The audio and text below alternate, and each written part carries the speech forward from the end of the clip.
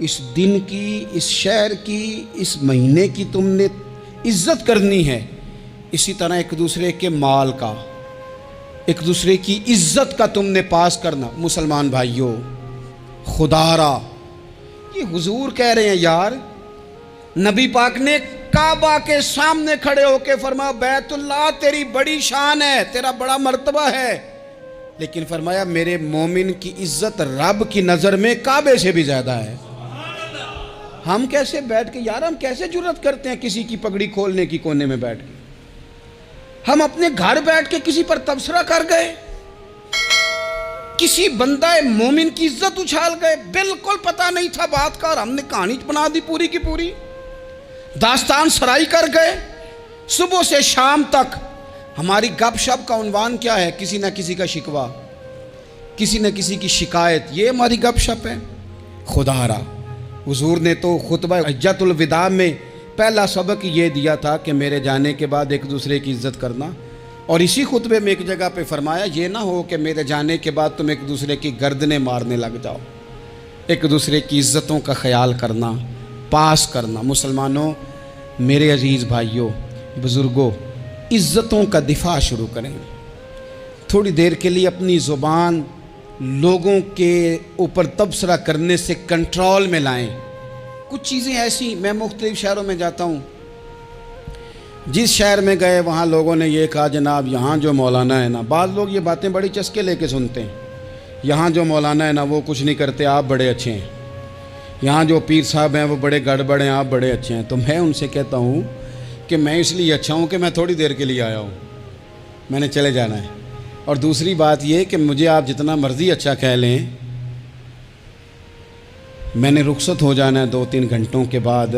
یہاں جس آدمی کا آپ شکوہ کر رہے ہیں نا، آپ اس کو جنازے کے لیے خبر کریں نہ کریں، اسے پتہ چل گیا نا محلے میں جنازہ ہو گیا، تو اسے کوئی کام بھی ہوا تو اس نے کہنا یار نہیں محلے میں فوتگی ہوگی، میں نے جنازہ پڑھانا ہے، اس نے جانا نہیں۔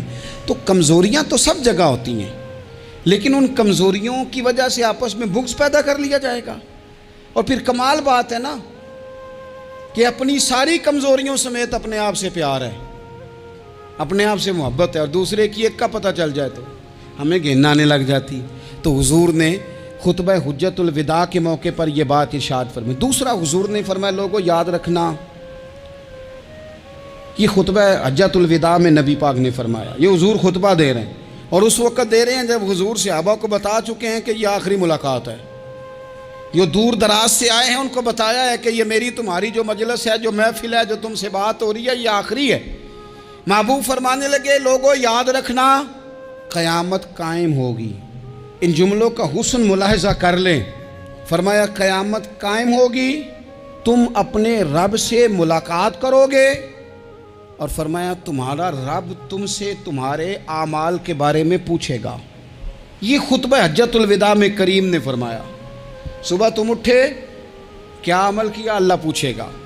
کسی سے ملاقات ہوئی، طرز کیا تھی، سوچ کیا تھی؟ اللہ پوچھے گا۔ لین دین میں کیا معاملات تھے، تمہارے اعمال کے، اللہ سے ملاقات ہوگی، وہ کھڑا کر کے پوچھے گا۔ اور حدیث میں کئی جگہ پہ حضور نے فرمایا وہ تم سے سوال کرے گا، تمہیں جواب دینا ہے۔ میرے عزیز بھائیوں، تیار رہنا چاہیے، تیار۔ ہم نا منت کرتے ہیں آخری دن ہو نا، تنخواہ دار لوگ کہتے ہیں یار یہ آخری ایام چل رہے ہیں، کوئی خرچہ نہ بتاؤ، اس لیے کہ حساب کے متھے لگنا ہے۔ آخری دنوں میں، بجٹ کے دنوں میں لوگ پریشان ہوتے ہیں کہ حساب دینا ہے۔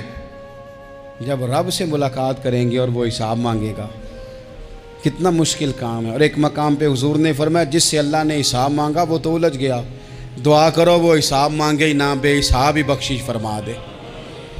نبی پاک صلی اللہ تعالیٰ علیہ وآلہ وسلم نے ارشاد فرمایا اسی خطبہ حجۃ الوداع میں، حضور فرمانے لگے سن لو، میں نے تم تک اللہ تعالیٰ کا پیغام پہنچا دیا ہے۔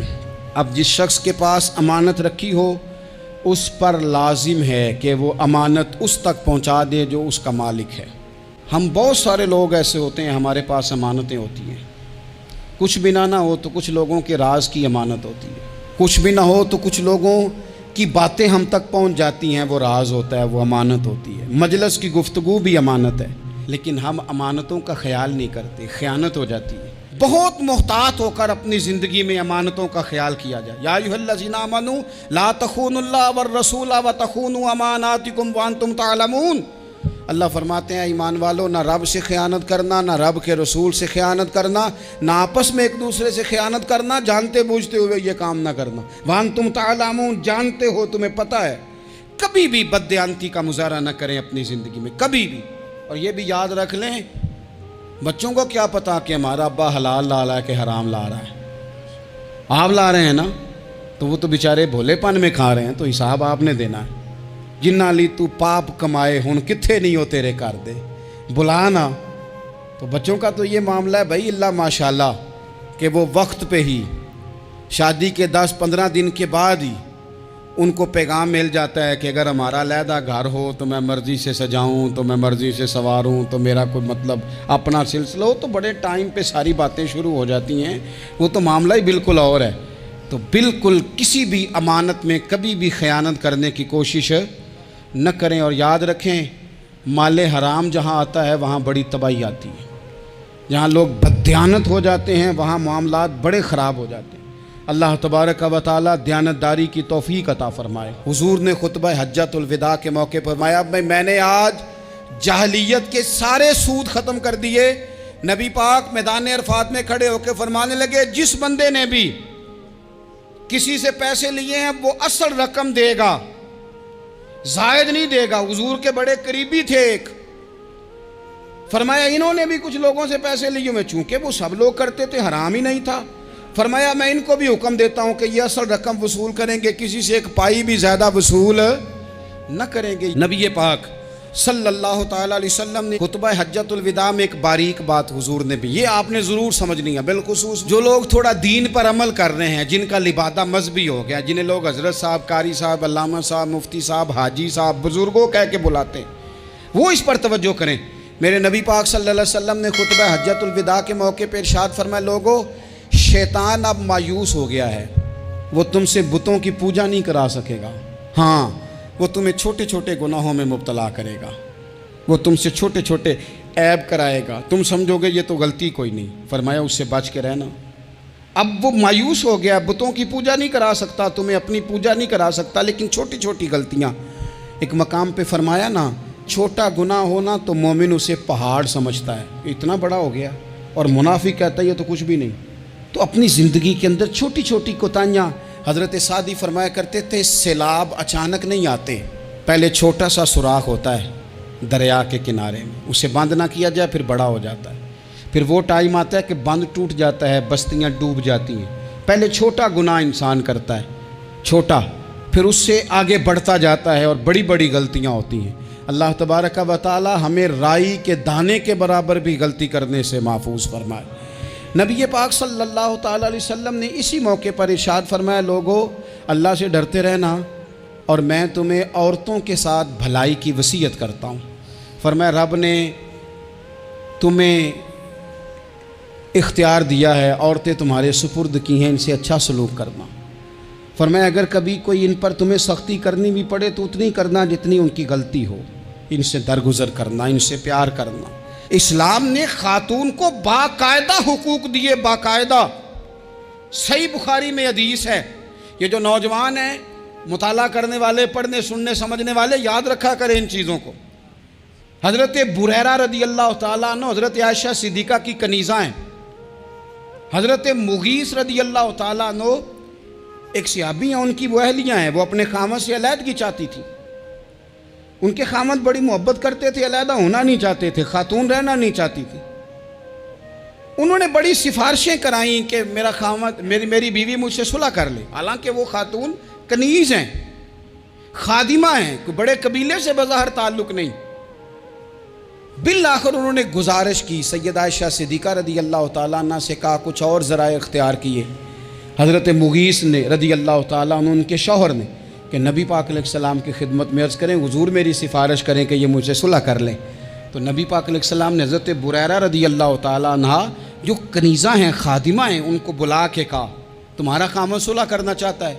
یہاں برادری کا بڑا کے کہتا ہے، پتر وہ میری بھی نہیں تو گال رکھنی، وہ میرے ککھاں دا بھی نہیں تو، وہ کیا کہہ رہے ہیں آپ؟ اللہ نے اسے حق دیا ہے، اور جسے حق اللہ دے اس کا رسول دے، اس سے کون ہوتا ہے کوئی حق چھیننے والا؟ نبی پاک صلی اللہ علیہ وسلم نے حضرت بریرہ سے کہا تمہارا خامد صلح کرنا چاہتا ہے اور وہ روتا ہے تمہارے لیے، اور اس نے بڑی سفارشیں کی ہیں، تم اس سے صلح کر لو۔ حضرت بریرہ رضی اللہ تعالیٰ عنہ عرض کرنے لگی یا رسول اللہ صلی اللہ علیہ وسلم آپ جو حکم کریں میں حاضر ہوں، ایک بات پوچھ سکتی ہوں؟ ایک گزارش کر لوں؟ ایک صرف حضور میرا بولیا چولیا معاف کری، ایک بات کر لوں؟ تو کہا کرو۔ عرض کی یا رسول اللہ یہ آپ کا حکم ہے یا مشورہ ہے؟ یہ محبوب کی بات ہے، محبوب کی۔ کوئی بزرگ کیوں جبر کرتا ہے کسی پہ؟ کوئی حضرت شیخ کیوں کہتے ہیں زبردستی عورت کو کہ تو جا؟ نبی پاک صلی اللہ علیہ وسلم نے فرمایا صلح کر لے۔ یا رسول اللہ ایک بات عرض کروں؟ کرو۔ حضور حکم ہے کہ مشورہ ہے؟ تو نبی پاک نے فرمایا نہیں، مشورہ ہے۔ تم عاقلہ ہو، بالغہ ہو، اسلام تمہیں با اختیار کرتا ہے، چاہو تو رہو، چاہو تو خلا لے لو۔ عرض کرنے لگی حضور اگر مشورہ ہے تو پھر میں مغیث سے صلح نہیں کرنا چاہتی۔ میرے محبوب نے فرمایا تو جس حال میں راضی ہے میں بھی راضی ہوں۔ ٹھیک ہو گئی بات، ختم ہو گئی۔ حضور نے کوئی زور نہیں، اتنے اسلام حقوق دیتا ہے عورت کو، کسی کو اجازت نہیں کہ وہ جبر کرے، وہ ظلم کرے۔ میں آ گیا ہوں صلح نہیں کرنی، بے تو کیوں آیا ہے؟ تو نے وقت گزارنا ہے، جانے وہ خامد کس طرح کا ہو۔